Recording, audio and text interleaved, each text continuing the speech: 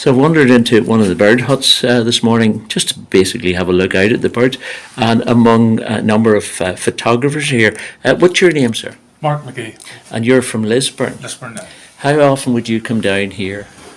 3-4 times a week maybe, most of the year, winter, summer and spring, so just depending on the season. So we're all sitting here waiting patiently for the kingfishers. And that's your efforts. And you've got the camouflage on the lens even at this Camouflage stage. on the lens and put up a screen here in front of us, sort of way to protect us a little bit. How long have you been coming here?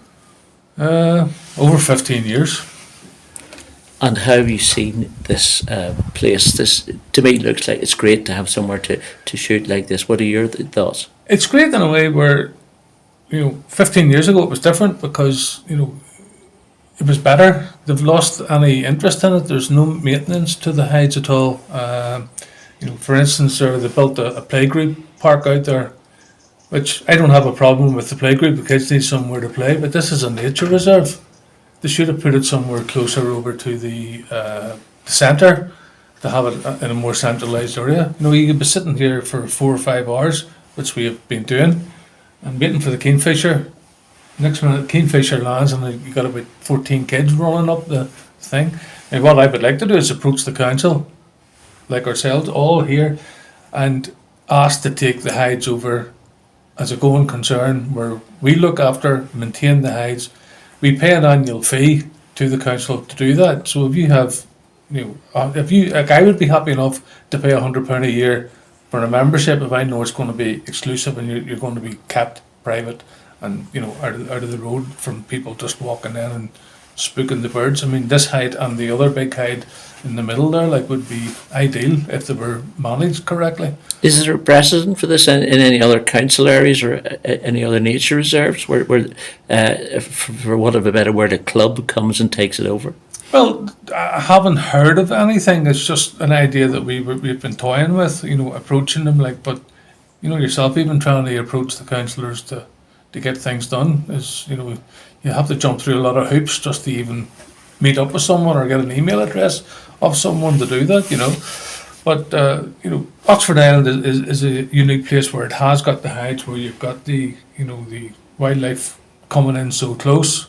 Like you go up to Portmore, just on around the loch there, and yes, they've got the wildlife, but no good for photographers. They're more for the bird watchers with their spotters lenses and that, So, but these are good. This one here is very, very famous for its kingfishers.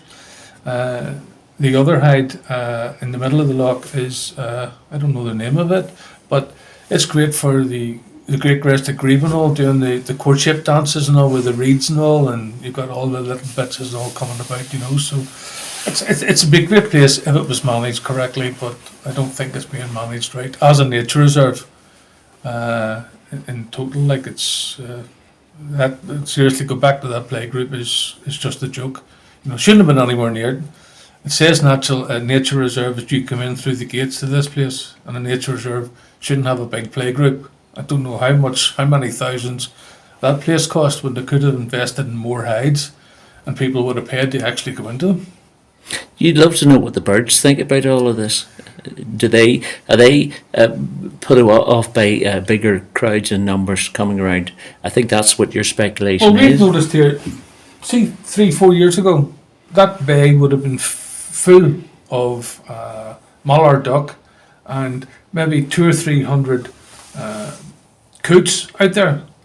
I sitting talking to you now, I can see one swan and one great crested grebe. The noise of the playgroup when it's in full thing just repeats everything away, and they know just not to come into it. My opinion, of course. What would you do to this actual hide here if you were able to get a group going?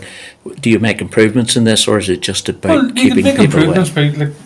at the minute we are improvising by putting Coca-Cola bottles up to hold the stays up, but you could put proper stands up.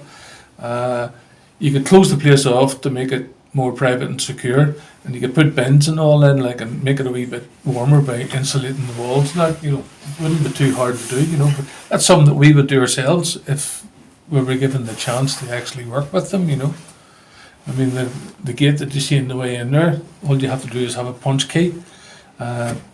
the other thing I would say that if the council had it over there at the reception, if a bird photographer that wasn't, or a bird watcher that wasn't a member, wanted to come in, they pay £2 or £3 to give them the key and let them come in. So it's not as if you're making it exclusive, you're still allowing the public to use it, but controlling who actually uses it is the main thing.